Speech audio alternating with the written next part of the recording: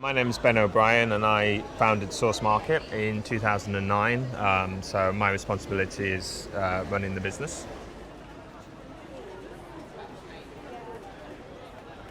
So I used to live on a very famous produce market and was inspired by the quality of the food that was available there. And over the years I got to know many of the small producers, learned a little bit more about what it takes to get food from field to fork. And then in 2007, I actually moved out of my flat on the market and moved into East London. And suddenly I no longer had all of this amazing produce on my doorstep.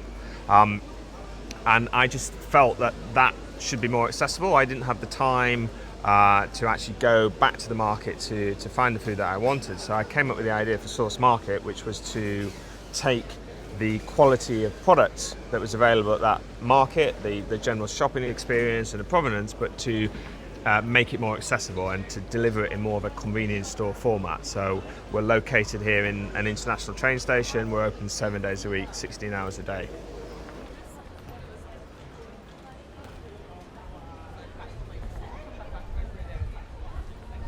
In general, I would say food travelling unnecessary long distances is a bad thing. My feeling that if something is good and available locally, then we should get it locally. So for example, we're very close to Kent, which is known as the Garden of England, and actually produces amazing apples. So I feel that we should therefore source our apples locally from Kent rather than bringing them in thousands of miles away. Not quite as simple as that always, because for example, people actually want to eat apples all year round. Apples are a seasonal product, they're generally harvested August, September, October. If we want to sell apples in June, that means keeping them in a cold storage facility all year. That actually uses a lot of energy, and actually you have to do some very sort of complicated sums to work out, is it better to keep them in a fridge all year round or bring them in from the southern hemisphere? I mean, overall, the best thing would be if people ate more seasonally, and then they ate apples in autumn when apples are in season, and then in summer they eat things that are in season in summer, such as berries. But that's not how the world necessarily always works.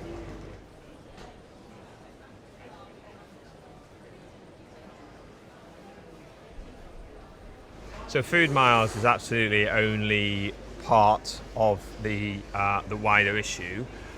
So at its very simplest, food miles is how many miles does it take to get product from A to B, and what's the sort of cost per mile in terms of energy consumption.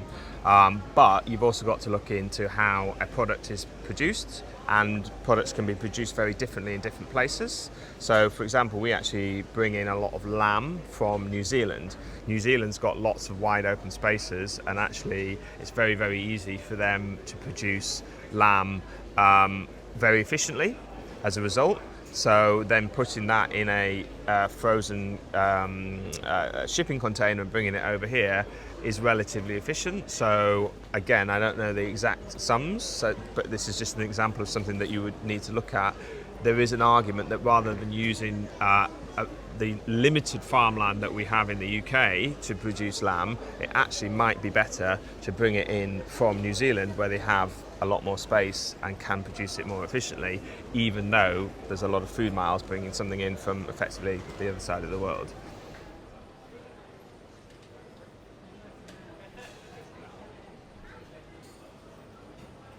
So locally sourced food can sometimes, but not always, be more expensive.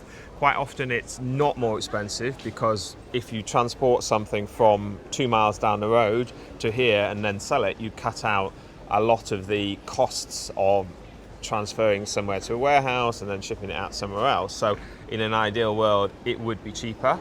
But sometimes it can be more expensive, because if you produce something locally, it might be produced on a smaller scale, and it might not be a huge agribusiness, so they may not have the economies of scale. So actually it could potentially be more expensive, even after accounting for the fact that transportation costs are lower.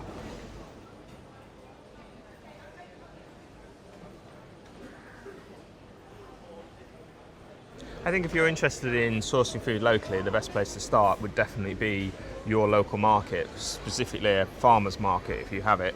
because there you can go and meet the people that actually produce the food that you're buying and eating.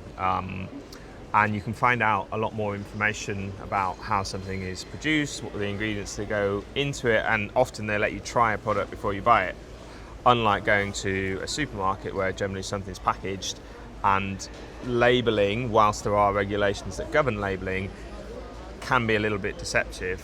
Certainly one of the issues, for example, is that if a product is packed in the UK, you can put the British flag on it, and when somebody looks at that product on a shelf, the assumption that they make is this is a British product, but actually it might have been produced outside of the UK, shipped here, and then only packed in this country. So sometimes you almost have to be an expert to be able to decipher the information on a label in a supermarket, whereas actually if you talk to the person that makes the product, you generally form a much more accurate idea about what goes into that product.